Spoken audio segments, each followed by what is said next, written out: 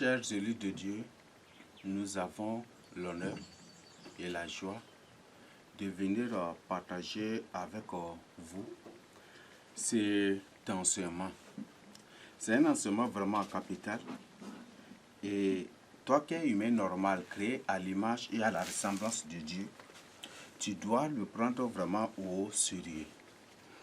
Mais toi qui n'es pas l'image et la ressemblance de Dieu, tu vas suivre pour le plaisir de suivre sans y rien comprendre.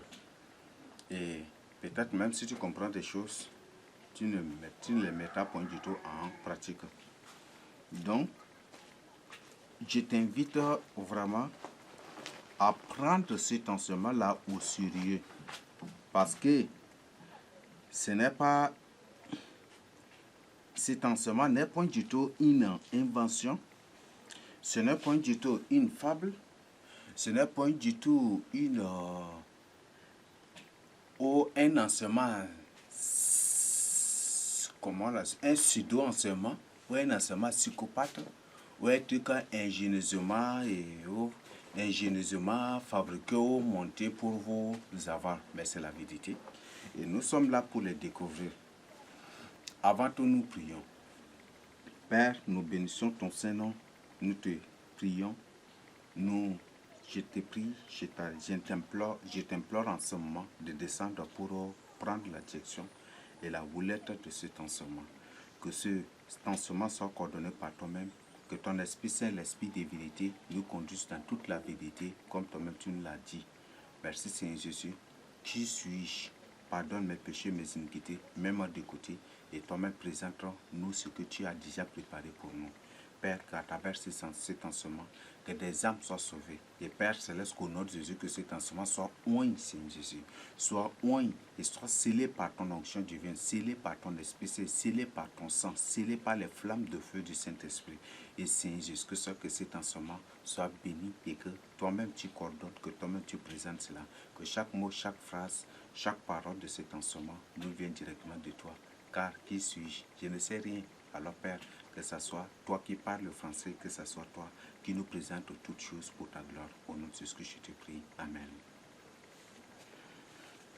Le titre de notre enseignement, c'est L'ordre mondial, un royaume coutumier et traditionnel. L'ordre mondial, un empire coutumier et traditionnel. Et c'est ce que nous allons étudier bibliquement, parce que là, ce n'est pas une fabrication, mais c'est la vérité. Et le Seigneur Jésus-Christ se définit par la vérité. C'est pour ça qu'il a dit, je suis le chemin, la vie et je suis le chemin, la vérité et la vie. Le chemin, la vérité et la vie. Ça, c'est ce que le Seigneur Jésus-Christ a dit de sa propre bouche. Donc, la parole de Dieu ne ment point. Vous savez fort bien que la Bible, c'est un ensemble de symboles. Et quand le Seigneur symbolise ou présente des symboles, c'est pour que nous les comprenions. Et c'est pour que et quand il symbolise, c'est pour endurcir certains et c'est pour aussi sauver d'autres. Donc c'est comme ça. Par exemple, on prend Daniel. Quand il avait reçu des révélations, le Seigneur lui a demandé, le Seigneur lui a ordonné de sceller cela. Donc en d'autres termes, il doit symboliser, il doit sceller cela. Donc de sceller par des symboles pour que par l'Esprit Saint, pour qu'à la fin des temps, c'est lui-même qui va révéler ces choses par des visions, par des révélations et par les dons ou l'onction d'enseignement des mystères de Dieu. Le mystère de la parole de Dieu. Et c'est ça.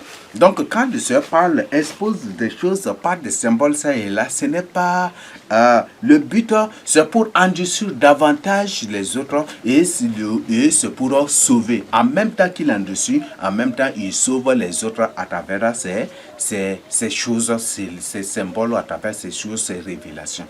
Donc, on a déjà vu même l'enseignement sur Dieu lui-même a endurci. Donc, c'est Dieu qui endurcit. Ce n'est pas un homme qui décide de s'endurcir. Ce n'est pas un homme qui décide de ne pas accepter la parole de Dieu. Ce n'est pas du tout l'homme qui décide de faire ceci, fera cela. Tout vient de Dieu. Vanité de vanité. Tout est devant Dieu. Tout vient de Dieu. Ce n'est pas l'homme qui décide de faire quelque chose. Même la Bible dit que l'amour, la haine, tout est devant. Donc c'est Dieu qui met toutes ces choses-là devant l'homme. Et lui-même, il a dit, il a mis devant l'homme la vie et la mort. Donc tout vient de Dieu. Et Dieu a clairement dit dans Romains 9 que c'est lui qui endurcit, qui il veut, il fait miséricorde à qui il veut. Donc, notre titre, c'est l'ordre mondial, un empire coutumier et traditionnel. En d'autres, l'ordre mondial est un empire coutumier et traditionnel. Et nous sommes là pour étudier ces choses-là. Nous sommes là pour étudier, pour comprendre ces choses. Et que le Seigneur Jésus-Christ lui-même nous décortique, que le Seigneur Jésus-Christ nous-mêmes nous expose la profondeur et toute la profondeur de ces enseignements pour que chacun comprenne et mette en pratique. Donc, comme je venais de brosser, l'homme,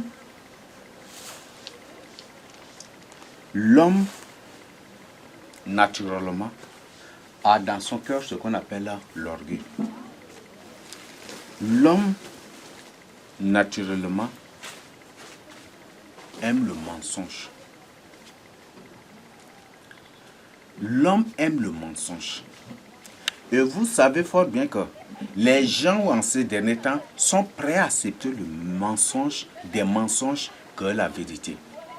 Si tu es un escroc, tout le monde va répandre partout que tu es un vrai serviteur de Dieu.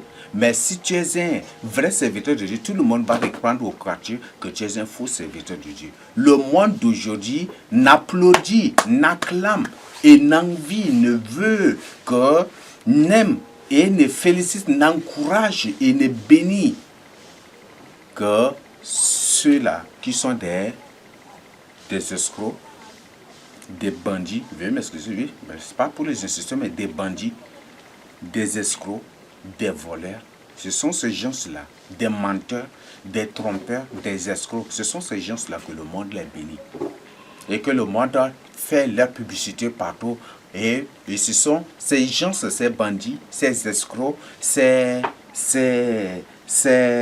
voleurs, ces brigands, ces gens-là que le monde appelle ses sauveurs. Le monde, c'est ces gens-là que le monde les appelle ses sauveurs, ou ses sauveurs, ou ses seigneurs, c'est ceci. Ce sont ces escrocs, ces bandits que les gens appellent aujourd'hui des sauveurs, des sauveurs, des illuminés, des seigneurs, des vrais serviteurs de Dieu, de ceci, de cela. Ça, ce sont ces gens-là. Le monde d'aujourd'hui n'aime que le mensonge. Et ce qui fait qu'aujourd'hui, si tu es un menteur, les gens t'aiment par excellence. Mais si tu dis la vérité, tu n'aimes que la vérité, les gens ne vont pas t'aimer. Parce que nous sommes dans un monde où déjà vous savez bien que l'ordre mondial, l'ordre mondial même est déjà même publié comme officialisé déjà, n'est-ce pas? Mais la vraie officialisation ne viendra qu'après l'enlèvement. Donc vous savez toutes ces choses-là. Mes frères et sœurs, réveillez-vous. Réveillez-vous. Quand on va étudier ces choses, vous allez être surpris. Vous allez être tellement surpris.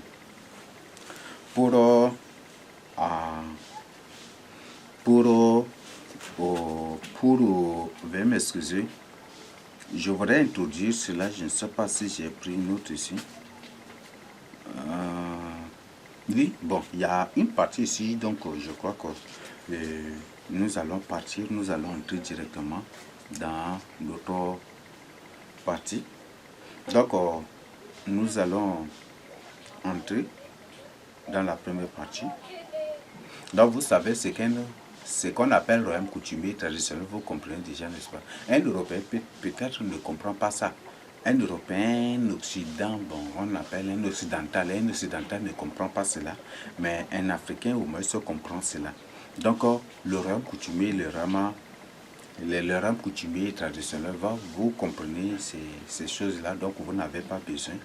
Les coutumes, les traditions, vous n'avez pas besoin que je vous explique où j'entre là en profondeur de cela.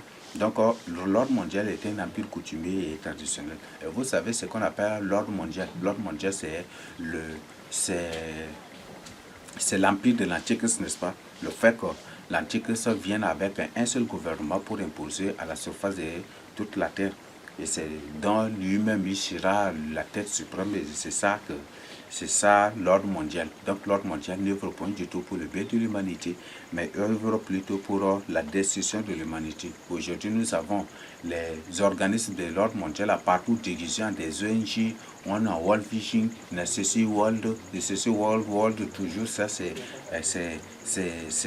c'est toujours toutes les ONG œuvrent pour l'ordre mondial. Aucune ONG à la surface de la Terre n'œuvre pour le bien de l'humanité. Et là, pour ça, vous comprenez déjà. Donc, l'ordre mondial, c'est l'empire de l'Antichrist.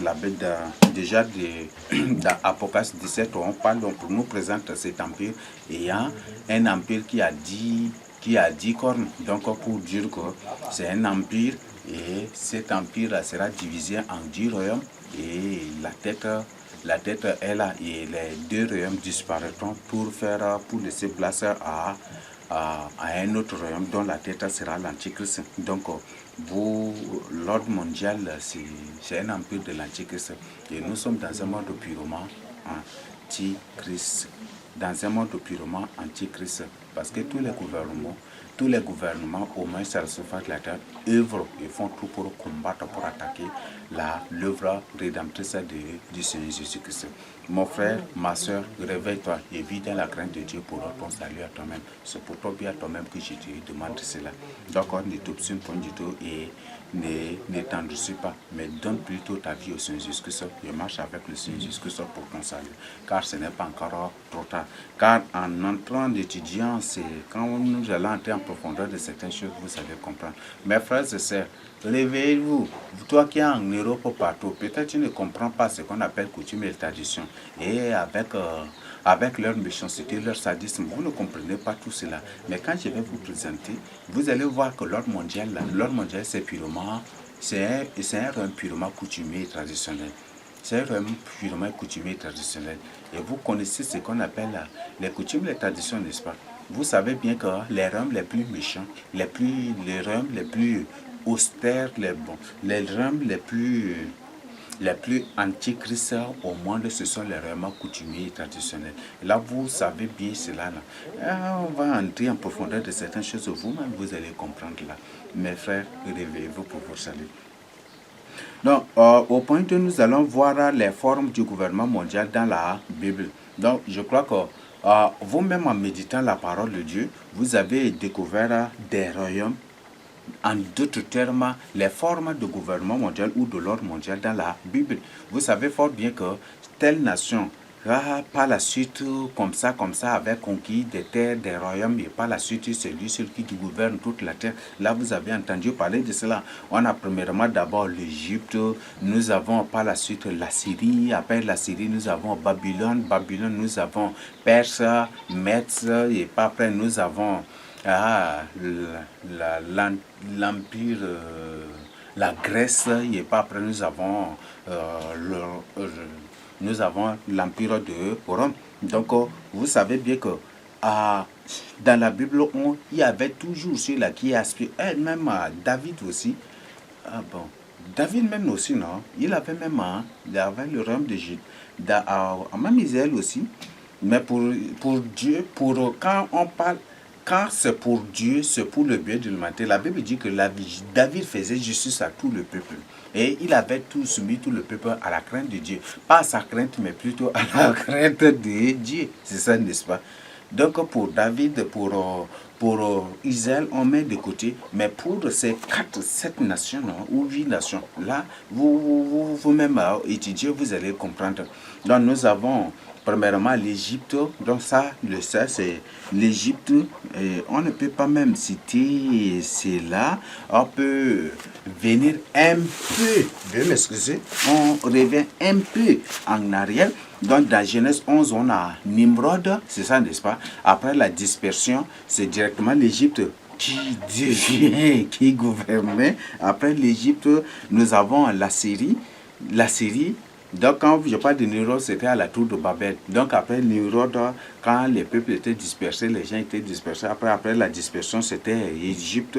Après la Syrie, c'est Babylone. Babylone, après c'est Perse et les Mèdes. Après Perse et les Mèdes, nous avons l'Empire, nous avons la Grèce, après la Grèce, nous avons l'Empire de Rome. Et maintenant, le 8e, c'est ce qu'on appellera le Saint-Empire romain. Donc ça, c'est un royaume terrible. Donc c'est l'Empire, le Saint-Empire romain. Donc c'est ça aussi l'ordre mondial. Donc, qui s'implante aujourd'hui, le Saint-Empire romain, c'est ce qu'on appelle l'Union européenne. L'Union européenne qui est mise sur pied. Donc c'est ça le Saint-Empire romain. Donc nous avons toujours ces formes de gouvernement mondial dans la Bible. Et toujours, chacun de ces royaumes-là, c'est chacun de ces royaumes, ces rois-là qui voulaient conquérir toute la terre. Leur aspiration, c'est d'être adorés. C'est qu'ils veulent que tout le monde se prosterne devant eux pour les adresser. C'était ça même avec Babylone, avec Nebuchadnezzar, n'est-ce pas? Ils ont élevé une grande statue devant laquelle tout le monde doit se prosterner. Et ils ont même décrété que si une personne ne se prosterne pas devant cette personne, c'était ça aussi, la grande de persécution de Sadak, Meshach avec Nigo et même de Daniel. C'était ça, n'est-ce pas? Donc, dans tout le monde, dans la Bible, c'est là qui explique, ce sont des antichrists parce que au lieu que l'adoration qui devait être adressée à Dieu, il la réclame et il veut que ça soit eux qui occupent la place de Dieu. Il veut que ce soit devant eux que les gens doivent se positionner. Et aujourd'hui, si un serviteur de Dieu aime ces choses-là, il est très content, il détruit, c'est ça le grand problème aujourd'hui. Donc aujourd'hui, c'est ça le grand problème. Même l'Antichrist, même Satan a dit au Seigneur, il dit, si tu te possèdes maintenant, je te donnerai toutes ces choses. Le Seigneur a refusé. Aujourd'hui, il y a beaucoup de gens qui se possèdent devant Satan pour être bénis, n'est-ce pas, pour recevoir tout ce dont ils ont besoin, ou pour recevoir, pour avoir le pouvoir de statut, pour avoir ceci, cela, sur la terre, et pour après finir en enfer. Et c'est ce que le Seigneur a refusé. Donc, toi qui es du vrai disciple du Seigneur Jésus-Christ, il faut refuser. Et aujourd'hui, beaucoup de gens, vous prenez par exemple le pape, les gens se possèdent devant le pape. Des chefs, je parle des présidents, des hommes politiques, des hommes d'affaires, des gens se possèdent devant le pape pour avoir de la célébrité. Et ils se possèdent devant le pape pour avoir du succès, pour avoir de la renommée, pour avoir de succès, des trucs, tout. Et c'est ce qui se passe aujourd'hui. C'est ça le monde d'aujourd'hui. Donc, répentez-vous. Et ce n'est pas du tout encore trop tard. Donc, ouvrez vos yeux. Donc, toi là qui aimes ces choses, répands-toi. Vouloir tout posséder, vouloir tout avoir. C'est la cupidité, l'envie d'adoration, l'envie d'être élevé, d'être célèbre, d'être populaire, ça, c'est des choses qui conduisent en enfer. C'est des futilités. Être célèbre, être vu partout, remarqué, ou être se démarquer des autres, tout cela, c'est des pratiques qui conduisent en enfer. Mon frère, révends-toi pour ton salut. Ce n'est pas du tout encore trop tard. Donc, répands-toi. Donc, ouvre tes yeux et marche avec le Seigneur Jésus-Christ pour ton salut. Reviens, ce n'est pas encore trop tard. Rabaisse-toi. Le Seigneur Jésus-Christ a dit de sa propre bouche qu'il faut accepter le royaume de Dieu comme un petit enfant. Donc, il faut être enfant, il faut devenir petit enfant pour être sauvé. Si tu ne veux pas devenir petit enfant, tu n'entreras pas du tout dans le royaume de Dieu. Donc, cherche de courir derrière les choses de ce monde et il faut cesser. Beaucoup de gens aujourd'hui sont dupés, trompés, mentis et bernés même qu'ils doivent faire cela. Ils doivent contribuer à l'ordre mondial et quand l'ordre mondial sera mis sur pied et ils vont occuper tel poste, telle place, telle fonction, ils vont être ceci, cela. C'est des mensonges. Satan n'est que menteur et tous les agents de Satan, tous ceux qui suivent Satan sont des menteurs. Et beaucoup aujourd'hui sont dupés, bernés, sont endoctrinés à croire qu'après l'enlèvement, c'est après l'enlèvement qu'ils auront du repos. Et aujourd'hui, ce qui fait qu'ils combattent la parole de Dieu. Les satanistes, les sorciers, et ces gens-là, ils combattent la parole de Dieu, croyant qu'après l'enlèvement, ils auront le repos. Parce que Satan leur dit que vous n'aurez le repos qu'après l'enlèvement. Et ils croient qu'ils auront le repos dont Satan leur... Et ça, c'est des mensonges. Donc, répands-toi. Si tu crois que c'est après l'enlèvement que tu vas avoir le repos, mon frère, ma soeur, même si tu n'as jamais du tout lu un seul, même le I, même si une seule lettre, même si tu n'as jamais du tout lu une seule lettre dans la Bible, je t'invite au moins à ouvrir la Bible et prends ton temps pour lire Apocalypse, prends ton temps pour lire, tu vas découvrir. Après l'enlèvement, c'est plutôt le désastre, le chaos, point du tout de repos, c'est la terreur. La paix n'existe sur la terre que par l'Église de Christ. Dès que l'Église de Christ est enlevée, la paix disparaît. Donc répands-toi, ce n'est pas encore trop tard. C'est par l'Église de Christ. C'est à cause de l'Église de Christ qu'il y a encore la paix. Mais dès que l'Église de Christ sera enlevée, c'est fini. La paix ne sera qu'avec les deux témoins. Donc réveillez-vous et répentez-vous pour votre salut. Marchez avec le Seigneur Jésus-Christ. Donc si tu crois qu'après l'enlèvement, non, c'est des mensonges. On t'a dupé, on t'a trompé, qu'après, là, tu vas occuper tel poste. Je t'invite vraiment à la repentance. Il y a des gens, des milliardaires plus terribles que certains milliardaires, mais qui ont reçu des promesses et par la suite, comment ils ont fini? Ils sont finis dans les poubelles, sont devenus fous, sont dépouillés de tout, dépouillés en rien du temps, leurs milliards avec les entreprises, tout est disparu, se sont retrouvés, mais vides. Certains étaient obligés même de se suicider. Donc ton argent, ceci ne sert à rien, ne vaut à rien. Et ces satanistes, répands-toi. Donc ouvre tes yeux pour ton salut. Si tu crois que c'est après l'enlèvement que tu auras du repos, parce que l'église de Christ sera enlevée, et quand l'église de Christ est déjà enlevée, vous n'aurez plus, Satan ne vous imposera plus rien d'autre chose ou peut-être des trucs que vous trompez.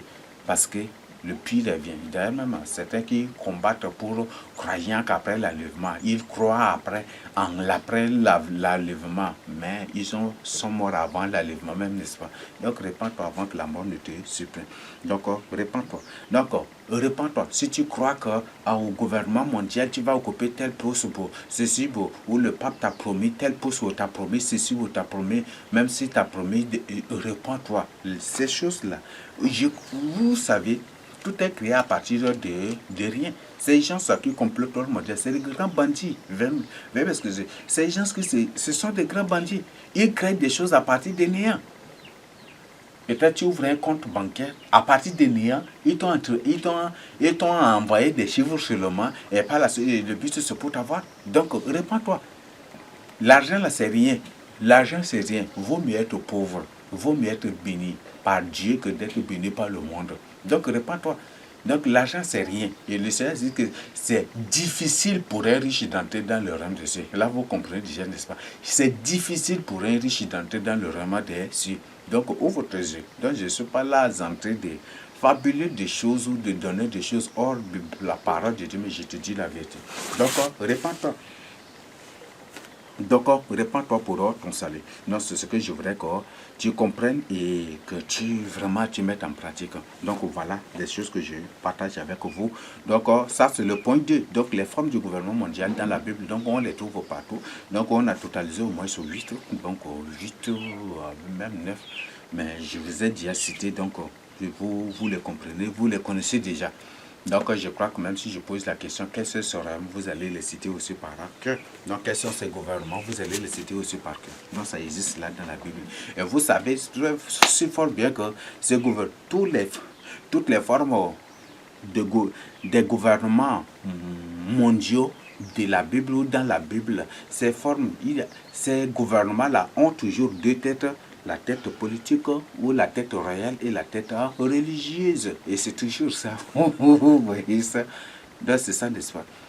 Donc avec Nebuchadnezzar était bien après Yaha. Ce sont les... Vous voyez, avec Nebuchadnezzar, on trouve même que c'est l'autorité religieuse qui gouverne, n'est-ce pas? C'est ça, n'est-ce pas? Ce sont ces religieux-là qui ont dressé des statues, qui ont donné l'ordre que Nebuchadnezzar doit appliquer, et Nebuchadnezzar avait obéi à cela. C'est ça, n'est-ce pas? Au temps de l'Égypte, c'est toujours les religieux qui donnent de l'ordre. Voilà, on a décidé ça, que voilà. C'est ça, n'est-ce pas? Où les autorités religieuses disent, les dieux ont dit que tu dois faire ça, et le roi fait ça. Toujours, c'est ça, n'est-ce pas? Les dieux ont dit ça. Même, vous voyez dans les films africains, vous allez vraiment découvrir des choses.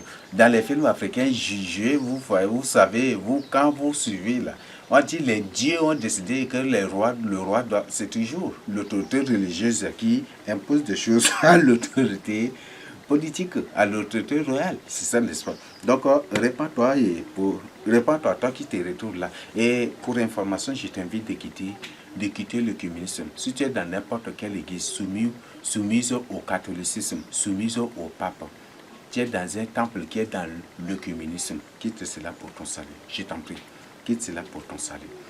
Et quand nous allons entrer dans la profondeur de cet enseignement, tes yeux vont s'ouvrir. Merci.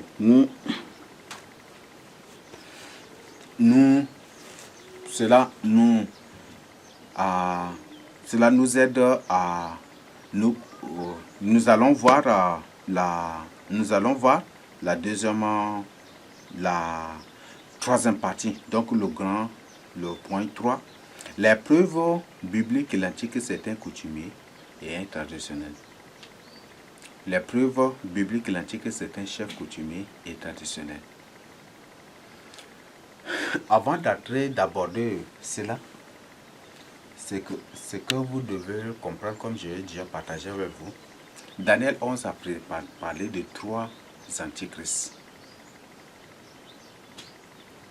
Les 3 antichrists, le dernier là, qui sera une personne terrible. Mais sinon, Daniel nous a parlé de 3 antichrists. Là, comprenez de quoi il s'agit. Et maintenant, quand nous allons entrer dans Apocalypse, Apocalypse nous donne une description claire. Les 2 premiers antichrists sont des gens qui suivent, sont des chefs coutumiers, des hommes politiques, des grands hommes politiques. Mais ce sont des démons. Ce sont des démons, ce ne sont pas du tout des humains. Les antichrists sont des démons, des grands hommes politiques qui ont, à part l'armée de chaque nation, eux, ils ont une armée. C'est que vous devez dire, c'est que Daniel a précisé. Donc, ils ont une armée. Et c'est une armée composée de démons. Il y a certaines informations que je vais vous livrer, mais je vous laisse, vous qui êtes au pays, qui avez des informations ça et là, vous comprenez des choses déjà. À part, ils ont une armée, ce qu'on appelle une armée spéciale. Les 3 antichrists, ils ont une armée, ils ont des armées spéciales. Et ces armées spéciales sont des démons. C'est une armée composée des démons, des revenants, en d'autres termes, ceux-là qu'ils ont menti, qu'ils ont dupé, pour qu'ils soient sacrifiés peut-être lors d'une manifestation, ou lors de ceci, ou lors de cela. Ils font partie de cette armée-là. Ils sont morts, vous les déclarez morts, ou peut-être portés disparus, ou ceci, cela. Mais ces gens sont comme des revenants et ils travaillent avec eux. Et c'est une armée composée des incarnés aussi. Des incarnés, des revenants, des démons, des incarnés et des semences de Satan. Et des robots et des cyborgs. Face à telle armée, à une telle armée, tu crois que tu peux vaincre? Jamais. Jamais. C'est seul le Seigneur Jésus-Christ avec nous qui constituons son armée, nous qui sommes son armée. C'est C'est le Seigneur Jésus-Christ avec nous qui allons vaincre et effacer cette armée de la surface de la terre. Et revenez-vous. Revenez vraiment au Seigneur Jésus-Christ. Dans les deux premiers antichrists sont des chefs coutumiers. Ce sont des gens qui vont s'investir, qui vont se faire, ce sont des chefs coutumiers, qui vont se faire investir de l'autorité coutumière et traditionnelle. Et le but, c'est pour avoir. Et quand nous allons entrer en profondeur, vous allez comprendre là des choses. Pour anticiper, je vous pose cette question. Pour voir un président ou un ministre ou un député, est-ce que tu te posternes devant lui? Pas question, pas n'est-ce pas? Mais pour voir une autorité coutumière, avant même d'entrer chez lui, tu dois te déchausser. C'est ça, n'est-ce pas? C'est ça, n'est-ce pas? Ça, première chose. Et peut-être pour être devant un banc, tu te posternes. Or, l'Antichrist veut que tout le monde se prosterne devant lui. Il n'y a pas la prosternation. S'agenouiller ou se prosterner devant une autorité administrative moderne, ça n'existe pas. Mais dans l'autorité coutumière, ça existe. Dans l'autorité ou dans les royaumes coutumiers, les traditionnels, ça existe. C'est imposé. Allez au Cameroun, renseignez-vous. Dans ces royaumes de Maroua ou Garoua et avec des trucs, renseignez-vous. Même ici au Tchad, les chefs coutumiers, quand ils passent, ils veulent que tout le monde se prosterne. Quand ils passent, ils veulent que tout le monde s'élève ou que tout le monde s'agenouille. Ils ne veulent pas que les gens les voient dans la face. Vous comprenez? Qu'est-ce que vous ne comprenez pas? Les chefs, l'Antichrist, ce sont des chefs coutumiers. Le but de la Troisième Guerre mondiale, c'est pour effacer ce qu'on appelle l'autorité, l'administration publique moderne. C'est pour effacer ce qu'on appelle l'administration moderne. Pour les remplacer par des administrations coutumières et traditionnelles, mes frères et sœurs. Nous allons trouver cela dans Daniel 13, quand nous allons étudier cela. L'Antichrist, c'est un chef coutumier. Les deux premiers antichrists sont des chefs coutumiers. Des chefs traditionnels, des gens qui défendent les coutumes, les traditions. Et vous savez fort bien que le faux prophète de l'Antichrist, c'est le pape, n'est-ce pas? Vous voyez? C'est le pape, n'est-ce pas? Le pape, c'est bien écrit dans la constitution du catholicisme que c'est le catholicisme, c'est le Vatican qui est le garant de toutes les coutumes et traditions de la surface de la terre. C'est ça, n'est-ce pas? De toutes les nations, non? De toutes les nations de la terre. C'est ça, n'est-ce pas?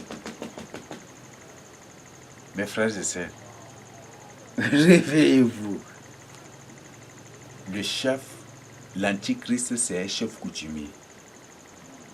L'Antichrist, c'est un chef coutumier. Si vous ne me croyez pas, vous me croirez. L'Antichrist, c'est une personne du Tchad ici. C'est un point que nous allons voir avec une autre preuve à l'appui. Donc, c'est seul les chefs coutumiers qui imposent l'agénement ou l'agénation, c'est seuls les chefs coutumiers qui imposent la prosternation à tous ceux qui les voient, à tous ceux qui veulent le voir ou à ceux qui viennent devant eux. Ou là où ils passent, ou là où ils partent, ils veulent que les gens se prosternent devant eux. Ça, les chefs coutumiers imposent cela. Déjà, l'Antichrist, n'est-ce pas? Il veut que tout le monde se prosterne. Or, Dieu nous recommande de nous prosterner devant lui seul. La Bible nous recommande de nous prosterner Dieu devant le Seigneur Jésus-Christ, devant Dieu seul. C'est ça, n'est-ce pas? Mais l'Antichrist fait quoi? Comme vous avez rejeté Dieu, comme vous ne voulez pas faire pour Dieu, l'Antichrist va réclamer cela. Il y a des gens aujourd'hui qui ont honte, qui ont peur. Ils ne veulent pas, ils ont honte de se prosterner pour prier, pour demander pardon à Dieu. C'est vraiment que... C'est ça, n'est-ce pas? L'Antichrist, c'est un chef coutumier. Nous allons, pour que les gens me qualifient, pour que vous ne me qualifiez pas d'un bavard ou d'une personne qui fabrique des choses, nous allons voir. Nous lisons Apocalypse 13, 1 à 3.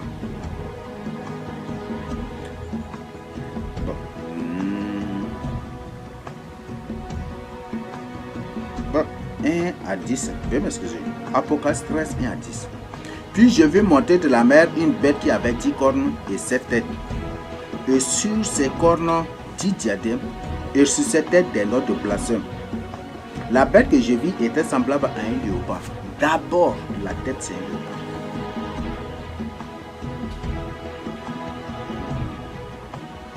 La bête que je vis était semblable à un léopard. Ses pieds étaient comme ceux d'un ours et sa gueule comme une gueule de lion. Le dragon lui donna sa puissance et son trône et une grande autorité. Et j'ai vu l'une de ses têtes comme blessée à mort. Mais sa blessure mortelle fut guérie. Et toute la terre était dans l'admiration derrière la bête. Et ils adoraient le dragon parce qu'il avait donné l'autorité à la bête. Ils adoraient la bête en disant qui est semblable à la bête et qui peut combattre contre elle. Je m'arrête au niveau du verset 4 et pour continuer après. La bête était semblable à un léopard. En parlant de léopard, déjà comprennent déjà, n'est-ce pas? Les coutumiers comprennent déjà, n'est-ce pas? C'est ça, non? Vous savez, le léopard c'est l'Allemagne. L'Allemagne est...